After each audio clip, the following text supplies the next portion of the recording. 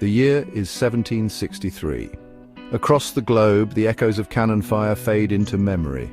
The 7 Years' War, a conflict that engulfed empires and redrew maps, has reached its dramatic conclusion. Emerging from the ashes of this global struggle is a triumphant Great Britain, its flag flying high above vanquished rivals. The once mighty French and Spanish empires reel from their losses, forced to cede vast territories to the ascendant British crown. From the bustling cities of India to the sun-drenched islands of the West Indies, the British Empire stretches its tendrils, claiming dominion over a staggering expanse of land and sea. Yet, this victory, however resounding, comes at a steep price. The coffers of the British Treasury, once overflowing, have been drained by the relentless demands of war. The national debt has ballooned to an alarming size, casting a long shadow over the celebrations of victory. Interest payments on this colossal debt consume more than half of Britain's annual spending, a stark reminder of the war's hidden costs. The vast new territories, while promising riches and power, require soldiers, forts, and a constant vigilance against potential uprisings and incursions. The war may be over, but its true cost, both financial and ideological, is only beginning to reveal itself. The sun may never set on the British Empire, but dark clouds gather on the horizon. The seeds of discontent, sown in the fertile ground of wartime hardship and imperial ambition, begin to sprout. The stage is set for a new struggle, one that will challenge the very foundations of empire and ignite a firestorm that will reshape the world. The American colonies, those distant outposts of British power, will soon find themselves at the heart of this storm, their destinies forever intertwined with the aftermath of the 7 Years' War.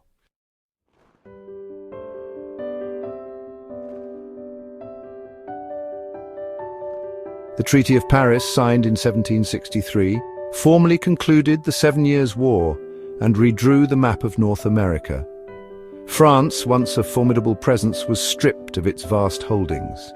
Canada, once the heart of New France, fell under British control, along with the strategically vital Ohio Valley.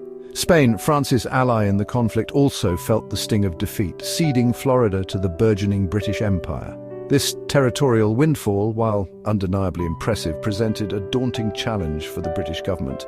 The newly acquired lands were vast and untamed, inhabited by Native American tribes who had long been allies of the French. Maintaining control over such a vast territory, securing it from potential rivals, and establishing a stable colonial administration would require a significant investment of manpower and resources. Adding to the burden, the British military, though victorious, emerged from the war battered and depleted. Garrisons would need to be rebuilt, troops recruited and supplied, and defenses strengthened against potential threats from both European rivals and Native American resistance. The cost of maintaining this military presence, coupled with the existing debt from the war, placed an immense strain on the British Treasury. The British government, facing this financial precipice, cast its gaze across the Atlantic. The American colonies, basking in the glow of victory and seemingly brimming with economic potential, seemed like a logical source of revenue. After all, the colonies had been the primary beneficiaries of the war's outcome, gaining security from French and Spanish threats. Why shouldn't they contribute to the cost of their own defense and the empire's well-being?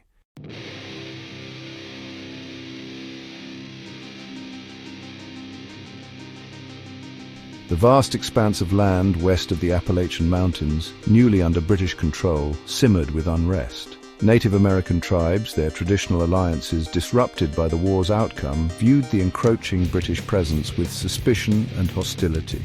The French, though defeated, still maintained trading posts and influence among certain tribes, fueling resistance to British rule. The most serious challenge came in 1763, when Pontiac, a charismatic Odawa leader, united numerous tribes in a coordinated uprising that would become known as Pontiac's War. From the Great Lakes to the Ohio Valley, Native American warriors laid siege to British forts and settlements, their attacks a potent reminder of the fragility of British control over the frontier. The conflict raged for months, marked by brutal skirmishes and atrocities on both sides. The British, caught off guard by the scale and ferocity of the uprising, struggled to contain the violence. Reinforcements dispatched from the East Coast found themselves facing a determined enemy fighting for their land and way of life. Pontiac's War, though ultimately quelled, exposed the challenges of securing and governing the vast Western territories. The British government, already grappling with a mountain of debt, now faced the prospect of a costly and prolonged military campaign to pacify the frontier. The need for a permanent military presence in the region became undeniable, adding another layer of expense to an already strained budget.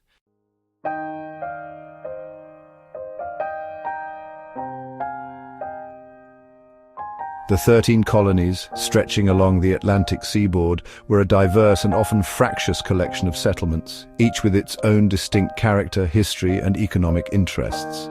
United by their British heritage and nominal allegiance to the Crown, they were nonetheless divided by geography, religion, and economic pursuits. The New England colonies, founded by Puritans seeking religious freedom, had developed a thriving maritime economy based on fishing, shipbuilding, and trade. The middle colonies, with their fertile soil and diverse populations, were breadbaskets producing wheat and other agricultural products.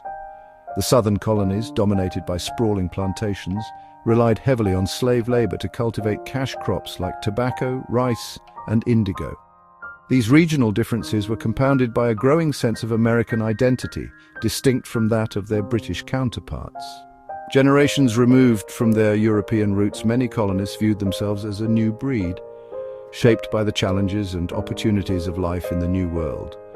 They had carved homes out of the wilderness, established their own governments, and fought alongside British troops in defense of their interests.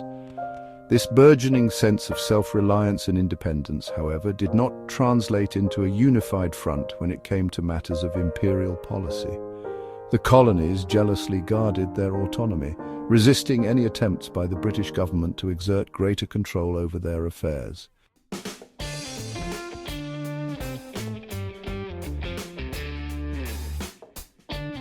The seeds of colonial discontent, sown in the years leading up to the 7 Years' War, found fertile ground in the war's aftermath. During the conflict, the colonies had enjoyed a relatively free hand in managing their own affairs. The British government, preoccupied with the war in Europe and elsewhere, had adopted a policy of salutary neglect, allowing the colonies a degree of autonomy they had come to cherish. With the war's end, however, the British government, eager to assert its authority and replenish its depleted coffers, signalled a departure from this hands-off approach. The colonies, viewed as a source of untapped revenue, would be expected to shoulder a greater share of the financial burden for their own defence and the administration of the expanding empire. This shift in imperial policy, coupled with the growing financial burdens placed on the colonies, fueled resentment and resistance. The colonists, accustomed to managing their own affairs and suspicious of any attempts to curtail their liberties, viewed these new measures as an infringement on their rights as Englishmen. The stage was set for a clash of ideologies, a confrontation between a powerful empire seeking to consolidate its control and a collection of colonies increasingly determined to chart their own destiny.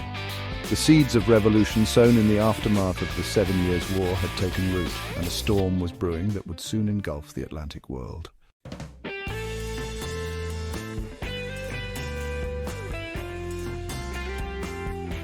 In 1764, George Grenville, the British Prime Minister, took the first step in his plan to tighten the reins on the American colonies and replenish the empire's depleted coffers.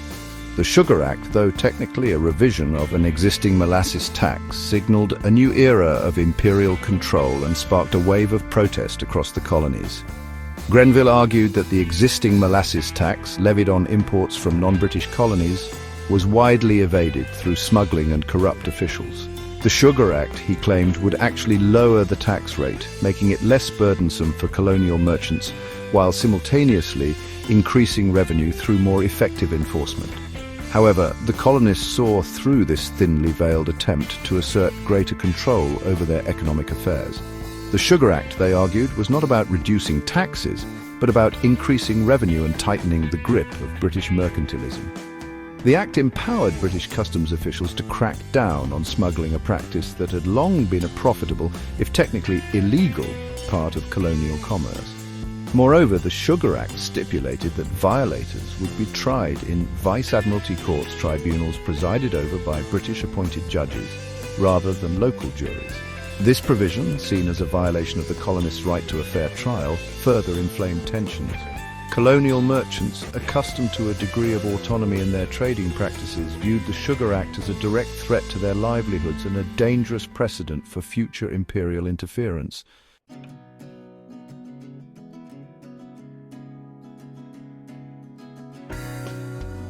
If the Sugar Act was a bitter pill to swallow, the Stamp Act, passed by the British Parliament in 1765, was a line in the sand. This new tax, targeting a wide range of printed materials from newspapers and legal documents to playing cards and dice, struck at the heart of colonial commerce and communication. Every pamphlet, every contract, every newspaper advertisement would now bear a stamp purchased from British appointed agents as proof of tax payment. The Stamp Act, unlike the Sugar Act, which primarily affected merchants, directly impacted a broad swathe of colonial society. Lawyers, printers, shopkeepers, and even clergymen found themselves subject to this new tax, fueling a sense of shared grievance that transcended regional and economic differences. The colonists argued that the Stamp Act was not only burdensome but also unconstitutional. They maintained that they could not be taxed by a distant parliament in which they had no elected representatives. This cry of no taxation without representation became the rallying cry of colonial resistance, echoing through town squares and legislative assemblies. The Stamp Act, in the eyes of many colonists, was a direct assault on their rights as Englishmen. It was seen as a dangerous precedent, a sign that the British government was intent on subjugating the colonies and stripping them of their hard-won liberties.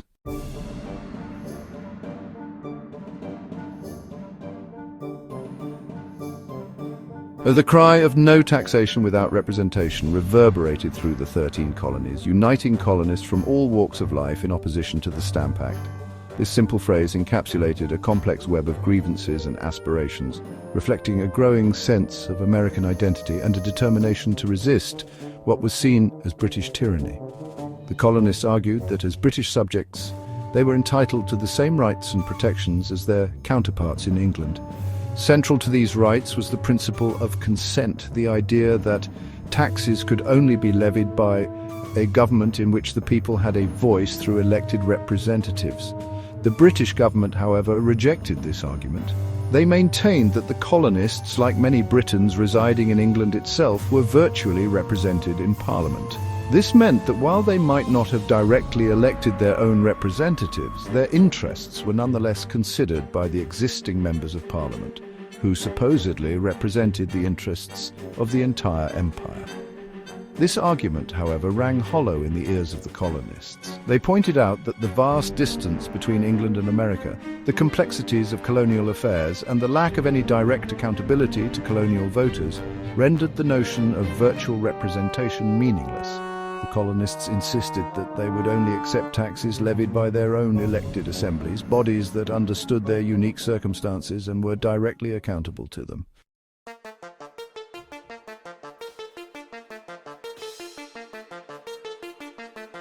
As opposition to the Stamp Act intensified, a new breed of colonial leaders emerged, men who would play a pivotal role in transforming discontent into organized resistance.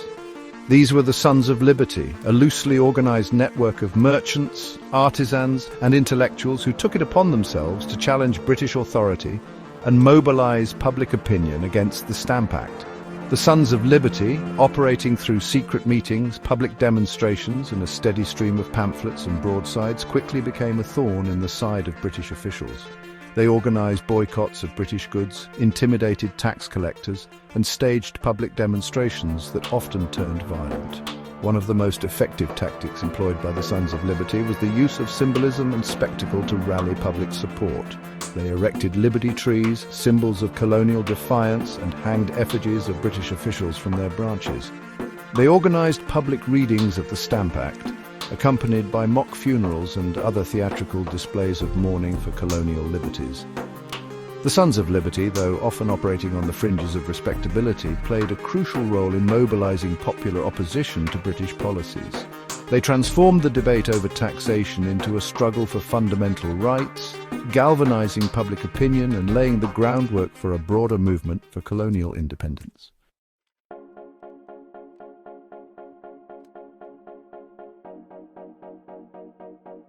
The Stamp Act, intended to assert British authority over the colonies, had the unintended consequence of fostering a sense of unity and shared purpose among them. In October 1765, delegates from 9 colonies gathered in New York City for what became known as the Stamp Act Congress, the first intercolonial gathering to address a common grievance against British rule.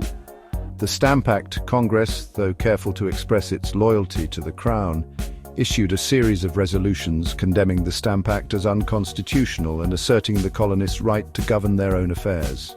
They argued that the power of taxation resided solely with the colonial assemblies, elected bodies that represented the will of the people.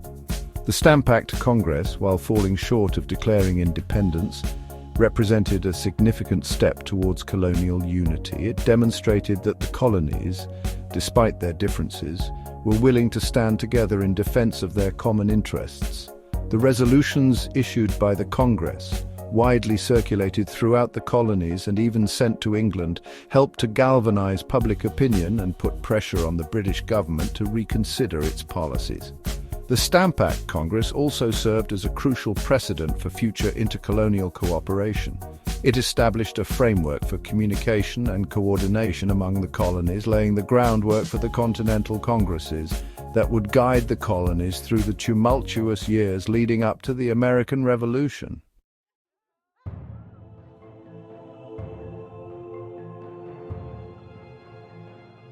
The wave of protests against the Stamp Act forced the British government to repeal it in March 1766, a move celebrated in the colonies. However, Parliament simultaneously passed the Declaratory Act, asserting its right to legislate for the colonies in all cases.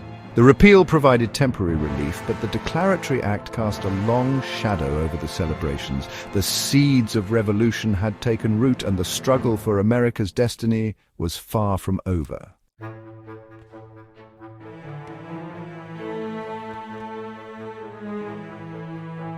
The repeal of the Stamp Act was a fleeting truce.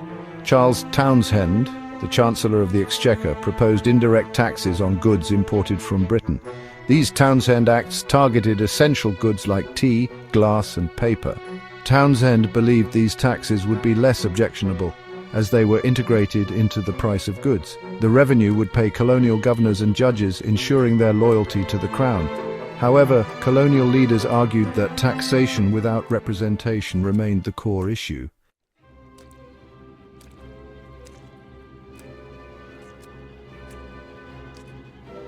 Tea, targeted by the Townshend Acts, became a potent symbol of resistance. The colonists' boycott of British tea challenged British authority and hurt the British East India Company. The British government granted the company concessions, but these backfired, seen as attempts to bribe colonists into accepting taxation without representation. The arrival of tea ships in Boston Harbor in December 1773 led to a dramatic confrontation, altering Anglo-American relations.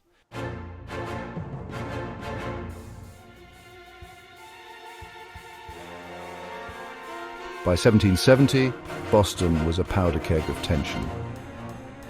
British troops sent to enforce order only exacerbated the situation. The economic impact of British policies hit Boston hard, and the presence of troops, seen as an occupying force, led to frequent brawls. A confrontation between British soldiers and colonists would transform a local dispute into a national tragedy.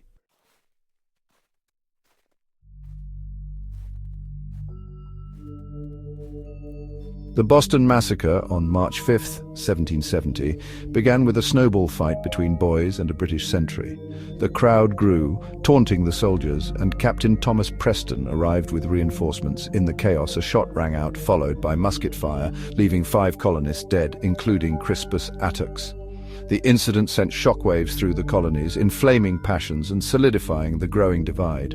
The news spread like wildfire, further polarizing those seeking reconciliation and those favoring a radical path.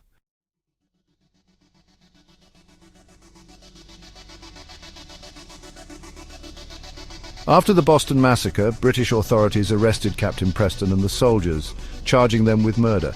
John Adams defended the soldiers, arguing they acted in self-defense. The jury acquitted 6 soldiers and found 2 guilty of manslaughter. The trial highlighted the deep divisions within Boston and the colonies, with tensions remaining unresolved.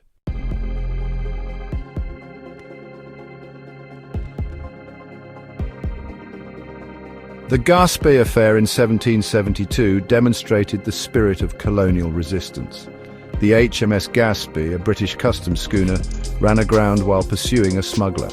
Colonists, led by John Brown and Abraham Whipple, boarded the Gaspé, overpowered the crew, and set the ship ablaze. This act of defiance further inflamed tensions and emboldened those seeking confrontation with the Crown.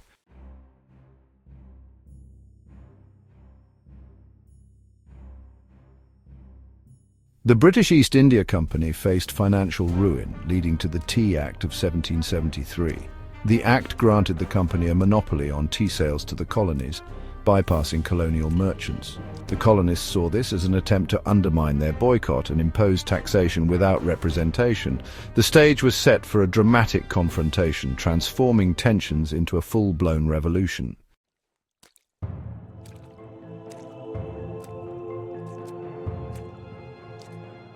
News of the Tea Act reached the colonies in 1773, igniting protests, especially in Boston. The Sons of Liberty organized resistance, pressuring merchants to refuse tea shipments. The arrival of tea ships in Boston Harbor led to a tense standoff, with the Sons of Liberty refusing to allow the tea to be unloaded. Governor Thomas Hutchinson, caught between loyalty to the Crown and growing unrest, refused to let the ships return to England.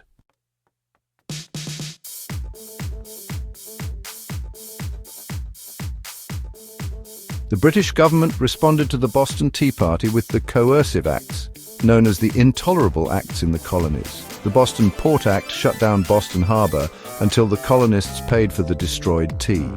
The Massachusetts Government Act revoked the colony's charter, placing it under direct British rule. The Administration of Justice Act allowed trials of British officials to be moved to England. The Quartering Act expanded the British government's power to house troops in colonial homes, heightening fears of a standing army suppressing colonial liberties.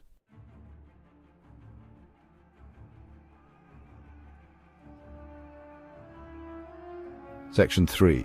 The First Continental Congress, a Continental Divide. The Coercive Acts, far from isolating Massachusetts, had the unintended consequence of pushing the colonies closer together in a spirit of shared grievance.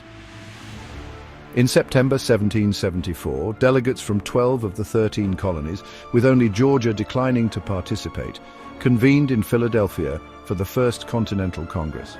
The Congress, a gathering of some of the most prominent and influential men in the colonies, including John Adams, Samuel Adams, George Washington, Patrick Henry, and John Jay, faced a daunting task. They had to find a way to respond to the Coercive Acts, address the escalating tensions with Great Britain, and chart a course for the future of the colonies. The delegates, despite their diverse backgrounds and perspectives, shared a common commitment to defending colonial liberties and resisting British tyranny. They debated fiercely, with moderates advocating for reconciliation with Great Britain and radicals pushing for a more confrontational approach. After weeks of deliberation, the Congress agreed on a series of resolutions that reflected both the desire for peace and the growing determination to resist British oppression. They affirmed the colonists' loyalty to the Crown but insisted on their rights as Englishmen, including the right to life, liberty and property, and the right to be taxed only by their own elected representatives.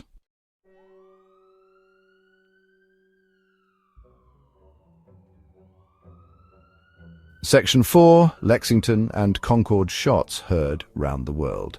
The First Continental Congress, while seeking a peaceful resolution to the crisis, also recognized the possibility of war.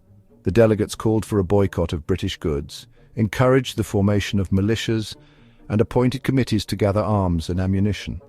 They also agreed to meet again the following year, a tacit acknowledgement that the struggle for America's destiny was far from over. In Massachusetts, the epicenter of resistance, tensions continued to escalate. General Thomas Gage, the British military governor of Massachusetts, viewed the growing colonial militias with alarm, particularly the Minutemen, companies of citizen soldiers trained to respond to threats at a moment's notice. Gage, determined to seize a cache of colonial arms and ammunition stored at Concord, dispatched a force of British regulars on a secret mission on the night of April 18, 1775. However, the colonists, forewarned by a network of riders, including Paul Revere, were ready for them. As the sun rose over Lexington Green on April 19, 1775, a contingent of British regulars encountered a company of colonial Minutemen. A shot rang out, its origin lost to history, followed by a volley of musket fire. When the smoke cleared, 8 colonists lay dead, the first casualties of what would become the American Revolution. The British troops, having scattered the Minutemen at Lexington, continued their march to Concord, only to find the colonists waiting for them at North Bridge. A fierce firefight ensued, with the outnumbered British regulars forced to retreat back towards Boston, harassed by colonial militia every step of the way.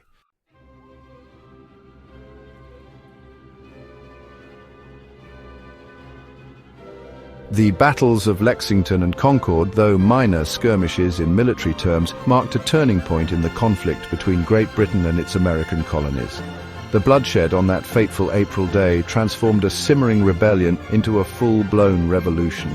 News of the fighting spread like wildfire throughout the colonies, galvanizing support for the cause of independence.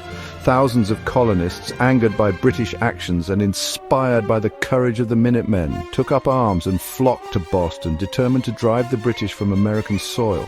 The colonial militia, a ragtag force of farmers, shopkeepers and artisans, lacked the discipline and training of the British regulars, but they were fighting for their homes and families, their determination fueled by a fervent belief in the righteousness of their cause. The British Army, trapped in Boston and surrounded by a sea of hostile colonists, found itself in a precarious position. General Gage, recognizing the gravity of the situation, appealed to London for reinforcements. In the meantime, he ordered his troops to dig in, fortifying their positions and bracing for a prolonged siege.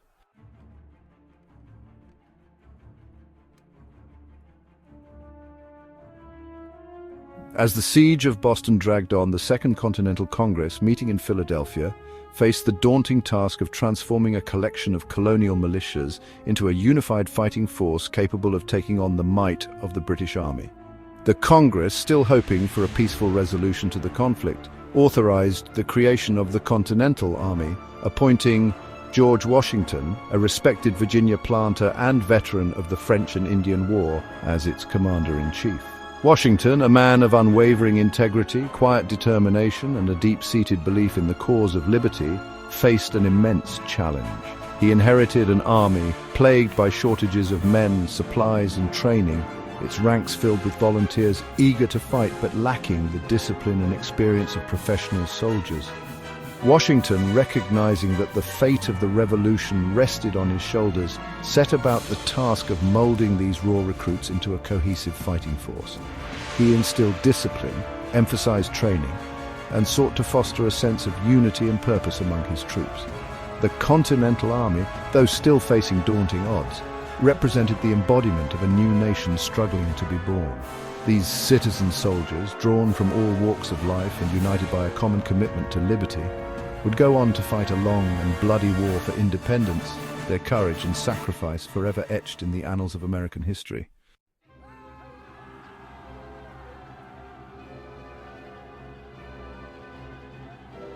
The 7 Years' War, a conflict fought on a global scale, had profound and unintended consequences for the British Empire. While Britain emerged from the war victorious, its treasury depleted and its military stretched thin, the seeds of a different kind of conflict, one that would challenge the very foundations of the empire, had been sown. The financial burdens of the war, coupled with the costs of administering a vastly expanded empire, led the British government to seek new sources of revenue, turning its gaze towards its American colonies. The colonies, long accustomed to a degree of autonomy in managing their own affairs, viewed these new imperial policies, particularly the attempts to impose taxes without their consent, as an infringement on their rights as Englishmen. What began as a dispute over taxes quickly escalated into a fundamental clash of ideologies, a conflict over the nature of the British Empire and the relationship between the mother country and its colonies. The colonists, inspired by Enlightenment ideals of liberty, self-government and the rights of man, increasingly viewed themselves not as subservient subjects but as citizens deserving of the same rights and freedoms as their counterparts in England. The British government, however, clung to a vision of empire rooted in mercantilism and parliamentary supremacy, unwilling to grant the colonies the autonomy they craved. This fundamental disconnect, this clash of world views, made conflict all but inevitable.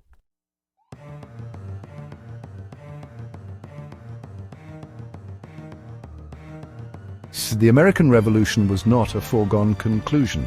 The 13 colonies, a patchwork of diverse and often fractious settlements, faced daunting odds against the might of the British Empire. Yet, united by a common commitment to liberty and a shared belief in their right to self-government, they embarked on a perilous journey, one that would test their resolve, demand immense sacrifices, and ultimately reshape the world. The road to independence was paved with acts of defiance, both great and small. From the boycotts of British goods to the tarring and feathering of tax collectors, from the fiery rhetoric of Patrick Henry to the quiet determination of George Washington, the colonists demonstrated their unwavering commitment to their cause. The battles of Lexington and Concord, though minor skirmishes in military terms, ignited a firestorm that would consume the continent. The Siege of Boston, a testament to colonial resolve, demonstrated the colonists' willingness to fight for their freedom. The Declaration of Independence, a beacon of hope and a bold statement of principles, proclaimed to the world that a new nation had been born. The American Revolution was more than just a war for independence. It was a crucible in which a new nation was forged. It was a testament to the enduring power of ideas, the courage of ordinary people willing to fight for their beliefs, and the transformative potential of a revolution fought in the name of liberty and self-government.